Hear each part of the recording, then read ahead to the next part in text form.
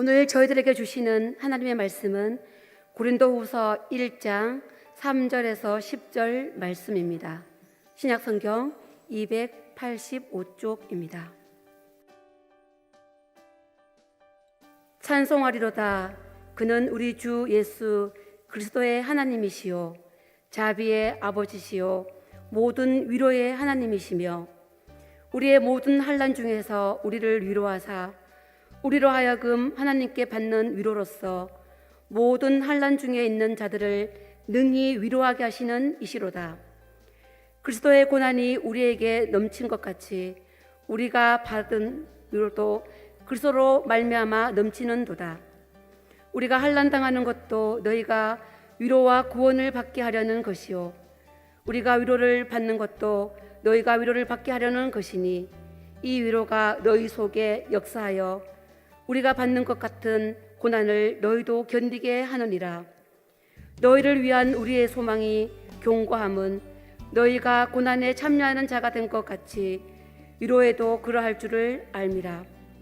형제들아, 우리가 아시아에서 당한 고난을 너희가 모르기를 원하지 아니하노니 힘에 겹도록 심한 고난을 당하여 살 소망까지 끊어지고 우리는 우리 자신이 사형 선고를 받은 줄 알았으니 이는 우리로 자기를 의지하지 말고 오직 죽은 자를 다시 살리시는 하나님만 의지하게 하심이라. 그가 이같이 큰 사망에서 우리를 건지셨고 또 건지실 것이며 이후에도 건지시기를 그에게 바라노라. 아멘. 오늘 함께 읽은 성경 고린도 후서는 바울 사도의 자서전으로 불리우는 말씀입니다.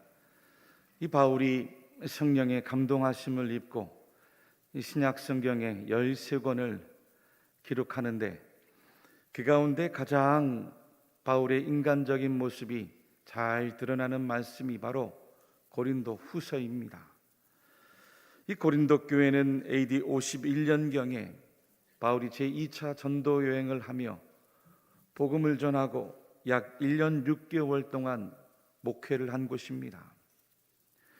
이듬해인 52년에 바울은 다시 안디옥으로 돌아오게 되었고 제3차 전도 여행을 떠나는 55년까지 에베소에 머물면서 복음을 전했습니다. 그런데 바울의 귀에 고린도 교회에 관한 안 좋은 소식이 들려오는 것입니다. 교회 안에 여러 문제들이 발생을 했는데 신앙의 오류로 인하여 성도 간에 분쟁이 생겼다는 것입니다. 바울이 안타까운 마음으로 기도하면서 그 하나님의 뜻을 담은 답변을 먼저 고린도 전서를 통하여 보내게 되었습니다. 그럼에도 교회의 형편은 나아지지 않았습니다. 바울은 곧장 에베소에서 고린도로 달려갑니다. 그 유명한 바울의 근심의 방문이라고 두 번째 고린도에 방문을 하는데 그 방문도 실패로 끝나고 말았습니다. 교회 안에 들어와 있는 이 거짓 교사들과 거짓 사도들 때문에 바울의 권면이 잘 받아들여지지를 않는 것입니다. 오히려 바울의 사도권을 의심했고 사도직을 오해하게 만들었습니다.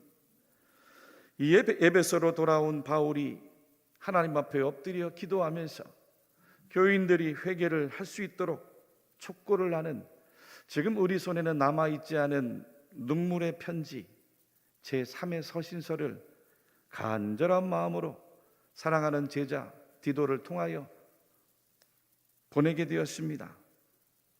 그런데 얼마 안 있다가 너무나 반가운 소식이 들려왔습니다. 그 눈물의 편지를 받고 성도들 대부분이 회개하고 화해와 일치를 이루고 하나가 되었다는 거예요. 너무나 감격하고 고마워서 바울이 그 기쁜 소식을 듣고 성도들을 격려하고 남은 오해의 마음도 푸른 마음으로 자신의 심정을 담아 제자 디도 편에 다시 보낸 편지가 오늘 저와 여러분들이 읽은 고린도 후서의 말씀입니다. 오늘 함께 읽은 3절과 4절에 바울은 이와 같은 자기의 심정을 다음과 같이 고백하고 있습니다. 찬송하리로다. 그는 우리 주 예수 그리스도의 하나님이시요 자비의 아버지시요 모든 위로의 하나님이시며 우리의 모든 환난 중에서 우리를 위로하사 우리로 하여금 하나님께 받는 위로로서 모든 환난 중에 있는 자들을 능히 위로하게 하시는 이시로다. 여러분, 지금 우리는 위로가 필요한 시대를 살아가고 있습니다.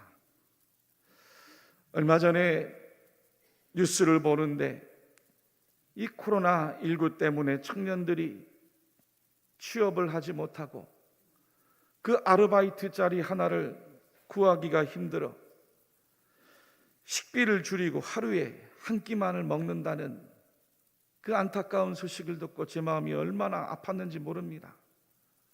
한참 먹어야 될 나이에 돈이 없으니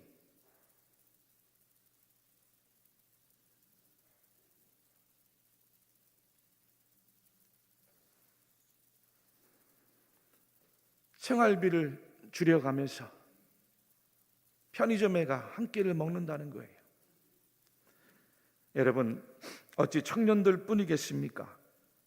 지금 손님이 없고 또 물건이 팔리지 않아서 가게가 문을 닫고 직장이 문을 닫고 회사가 문을 닫으면서 실업자들이 쏟아져 나오고 있습니다. 직장에서 월급이 감봉이 되면서 그 모자란 생활비를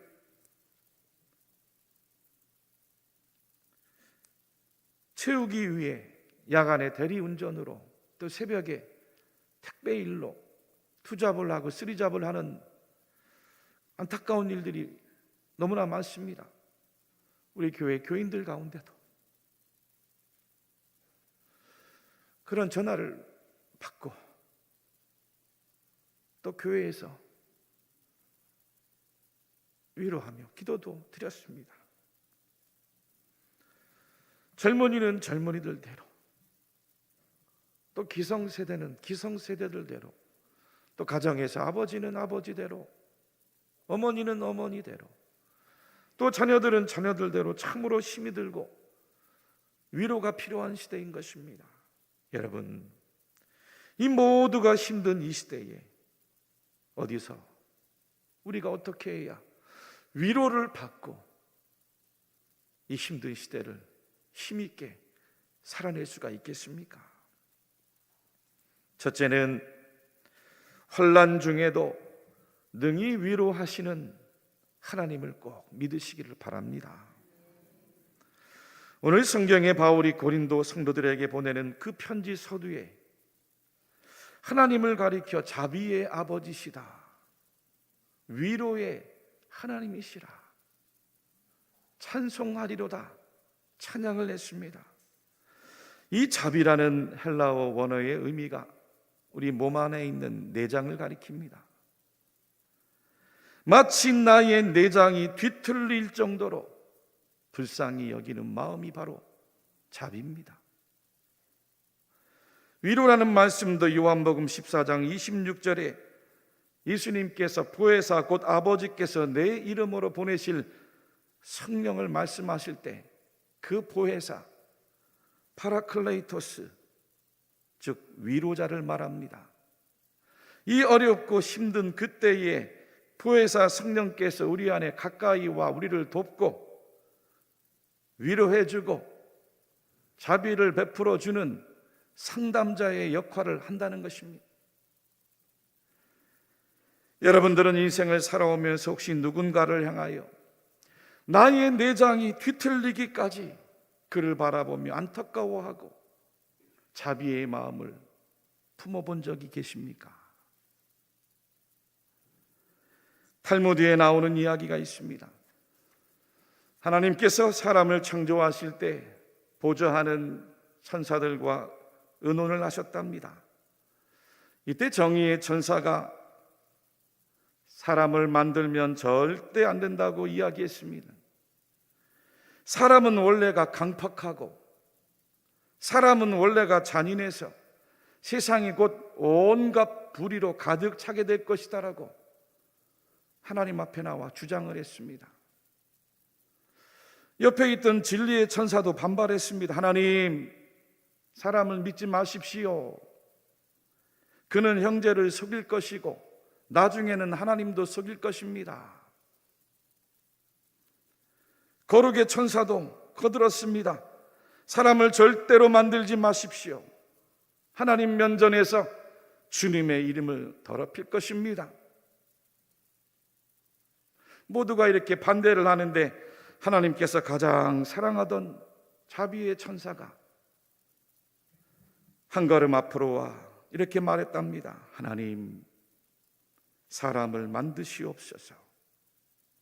그가 비록 죄를 짓고 정의와 진리와 거룩의 길에서 멀어진다 할지라도 제가 자비의 손길로 그를 감싸고 그를 다시 하나님 품으로 인도하겠습니다.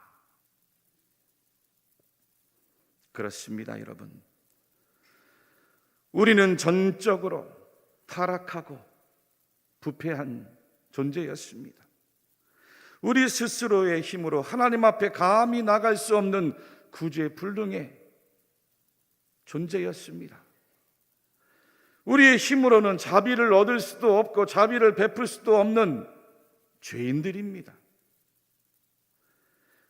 자비하신 하나님께서 여러분들의 죄를 사하여 주셨고 여러분들의 그 허물을 덮어주셨고 여러분들의 그 실수를 용서하여 주셨기에 구원을 얻은 것입니다. 아무 공로 없는 우리를 대신해 예수님께서 십자가 위에 물과 피를 다 쏟아내시면서 저와 여러분들을 위하여 자비의 사랑으로 아낌없이 이끌어 주셨으니 이만큼 살아가는 것입니다. 믿습니까? 믿습니까? 위로도 마찬가지지요. 누가 우리를 위로해 줄 수 있을까요? 사람의 위로는 제한적입니다. 세상의 위로는 조건적입니다. 한계가 있습니다. 나와 상관이 있고 또 나와 관련이 있어야 조금 위로해 줍니다. 조금 위로를 받을 수 있습니다. 평생을 율법 신봉자로 살아가던 이 바울이 그 다메섹 도상에서 예수님을 만난 것은 바로 예수님의 위로를 받았기 때문입니다. 예수 믿는 사람들 잡아가려고 쫓아가는 그 길가에서 예수님은 바울에게 나타나시고 바울을 향하여 나무라지도 비판하지도 책망하지도 않으셨습니다. 사울아, 사울아, 내가 어찌하여 나를 박해하느냐. 가시채를 뒷발질하기가 내게 고생이니라. 가시채를 뒷발질하기가 내게 고생이니라. 가시 돋친 채찍을 팔길로 차면 너만 아플 뿐이다. 오히려 핍박하던 사울에게 우리 주님은 따뜻한 위로와 사랑의 말씀을 들려주셨습니다. 그동안 율법 안에서는 결코 경험해 보지 못했던 그 하나님의 사랑과 그 하나님의 위로였습니다. 그 주님의 위로 때문에 바울은 자기의 전 생애를 예수님을 위하고 복음을 위하여 헌신하고 내던진 것입니다. 여러분, 오늘 짧은 이 3절과 4절 말씀에도 바울은 하나님의 자비와 하나님의 그 위로라는 말을 무려 5번을 언급합니다. 마지막 10절까지 모두 10번을 반복하면서 위로의 하나님, 자비의 하나님, 그 하나님의 인자하심을 말씀하고 있습니다. 하나님의 사도였던 바울도 지금까지 복음 전하면서 인생의 말로 다 할 수 없는 그 곤경과 염려와 어려운 일들을 겪어왔기 때문이죠. 고린도후서 11장 23절에서 28절에 바울의 간증입니다.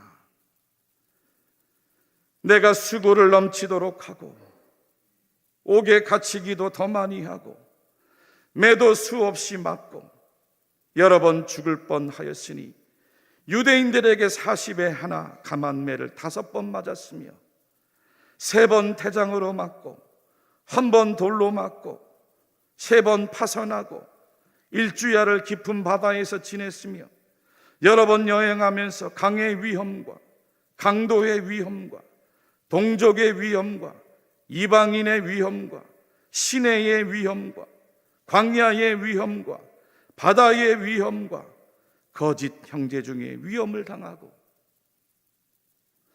또 수고하며 애쓰고 여러 번 자지 못하고 줄이며 목마르고 여러 번 굶고 춥고 헐벗었노라.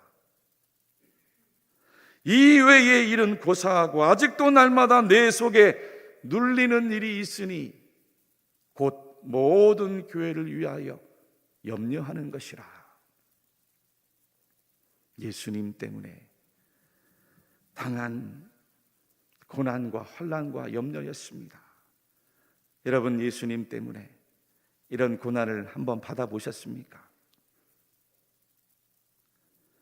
오늘 8절 말씀에도 바울은 아시아에서 당한 그 환난이 얼마나 힘이 들었는지 힘에 겹도록 심한 고난을 당하여 살 소망까지 끊어졌다고 합니다.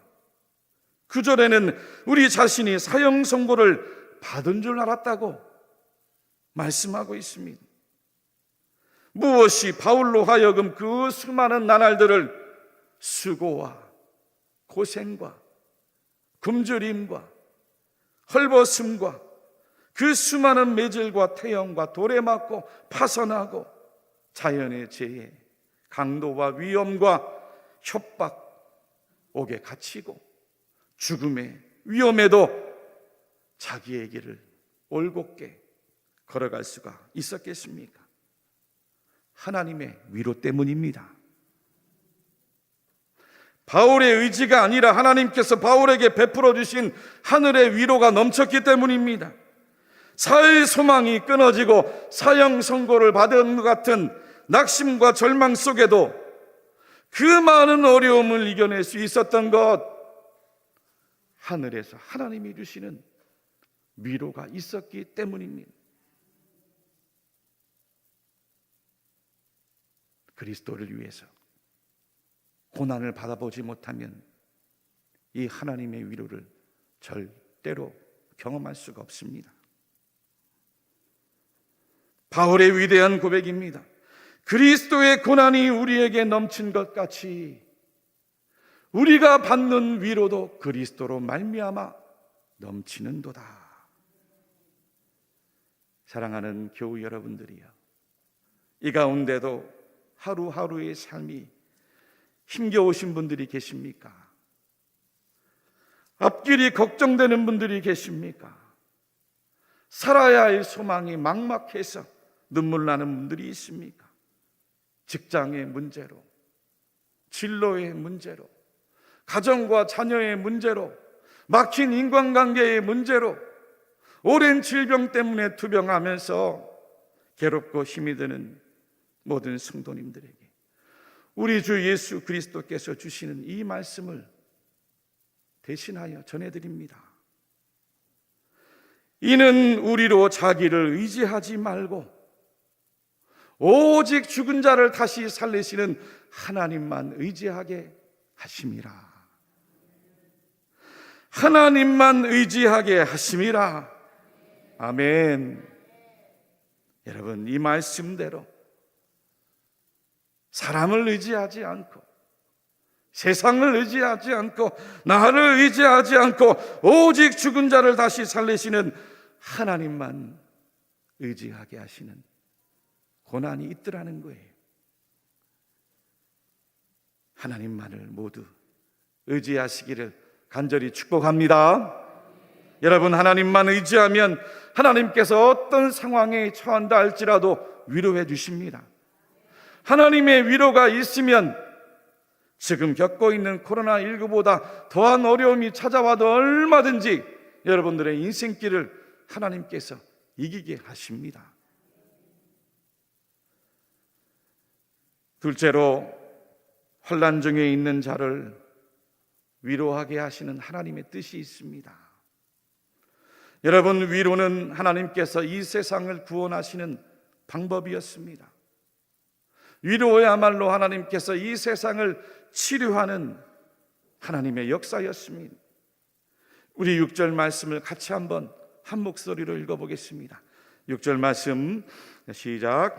우리가 혼란당하는 것도 너희가 위로와 구원을 받게 하려는 것이요, 우리가 위로를 받는 것도 너희가 위로를 받게 하려는 것이니 이 위로가 너희 속에 역사하여 우리가 받는 것 같은 고난을 너희도 견디게 하느니라. 아멘. 어느 목사님의 간증 이야기입니다. 목사님께서 새벽 기도회를 마치고 누구를 위하여 기도해 줄 사람이 없을까 하고 계셨는데, 한 형제가 다가와서는 자기의 어려운 사정 이야기를 하고 목사님께 기도 부탁을 했어요. 목사님께서 그 형제의 이야기를 듣는데 너무나 안타까웠습니다. 가슴이 아파 기도를 하는데 기도를 더 이상 못하는 거예요. 그런데 갑자기 그 형제가, 목사님, 제가 목사님을 위해서 기도해도 괜찮겠습니까? 그럼요, 기도해 주십시오. 그랬더니 이 형제가 이렇게 기도를 하더랍니다. 하나님, 우리 목사님에게 아무도 모르는 그 고통과 그 고독과 외로움 있을지 모르는데 하나님께서 대신 채워 주시옵소서. 하나님이 위로해 주시고 하나님이 사랑해 주시고 하나님께서 갚아 주시옵소서.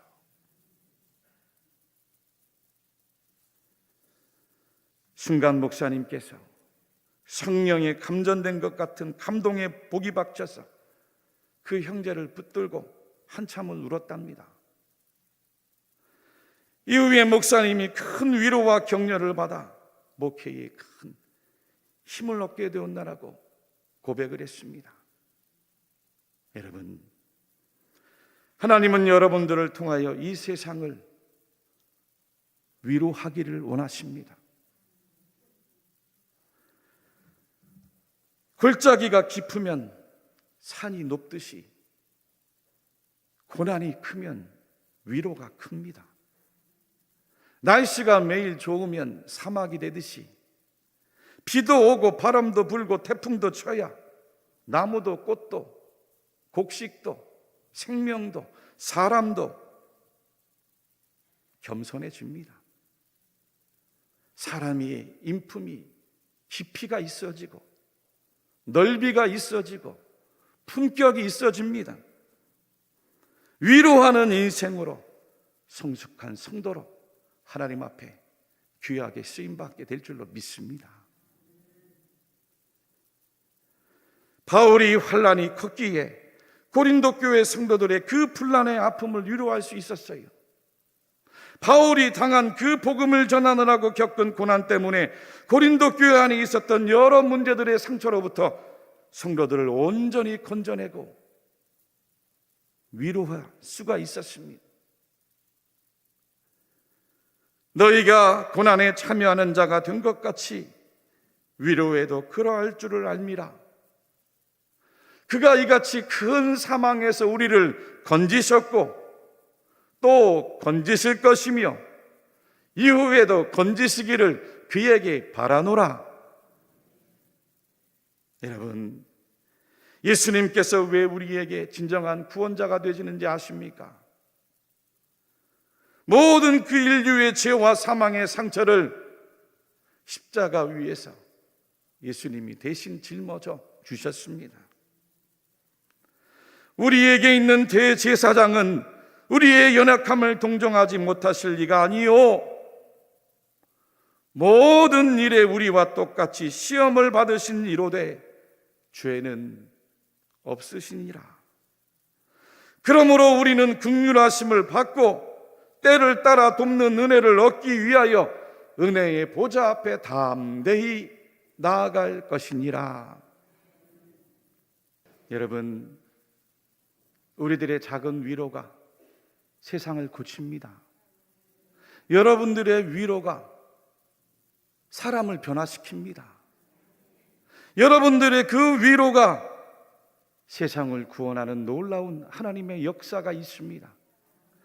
하나님의 사랑받은 여러분들의 위로야말로 세상을 아름답게 치유하고 예수 그리스도의 십자가 구속을 얻은 여러분들의 위로야말로 온 세상을 하나님의 나라로 만들어갈 줄로 믿습니다. 코로나19의 어려움 가운데도 우리의 모든 이웃을 향하여 성령님의 위로로 가득 차 그 위로를 전하며 살아가는 대구 칠곡의 모든 성도님들이 되시기를 주님의 이름으로 간절히 축원합니다.